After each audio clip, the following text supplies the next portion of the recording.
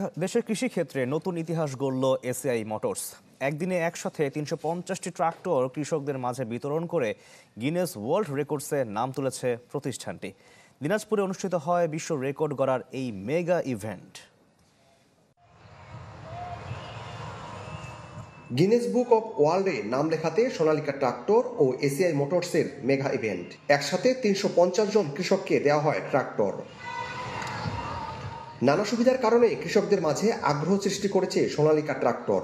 আর এই ইভেন্টের মাধ্যমে বিশ্ব রেকর্ডে অংশীদার হতে পেরে খুশি কৃষকরা। সোনালিকা ট্রাক্টর হাল চাষ ভালো এবং তার ফিনিশিং ভালো, এর মালপাতি সব সহজেই পাওয়া যায়, দামও কম। তেলের দিক দিয়ে সাশ্রয় হয়, আবার সব মাল সব জায়গাতে পাওয়া যায়। অন্য অন্য মাল দেখা যাচ্ছে যে গাড়ি দিবে কিন্তু মাল পাওয়া যায় না। আমাকে এটা খুব ভালো লাগে। আমি 18 সাল থেকে এই গাড়িতে আছি, আমার বর্তমান 3টা গাড়ি। কৃষকদের মাঝে ট্রাক্টর বিতরণ করে গিনেস বুকে নাম লেখানো কৃষকদের সাফল্য হিসেবেই দেখছেন প্রতিষ্ঠানটির কর্মকর্তারা।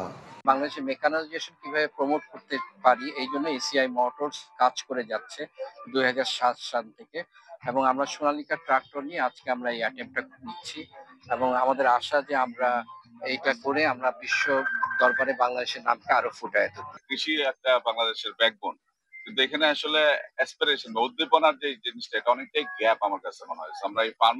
আমরা ফার্মারদেরকে ইন্সপায়ার করার চেষ্টা করছি, ফার্মাররাও আমাদেরকে ইন্সপায়ার চেষ্টা করছে, এবং এটা বাংলাদেশের পক্ষ থেকে ইন্টারন্যাশনাল ট্রাক্টরকে, সোনালিকাকে এবং ওয়ার্ল্ডকে বাংলাদেশের কৃষকের পক্ষ থেকে এটা একটা গিফট আমরা অফার করছি।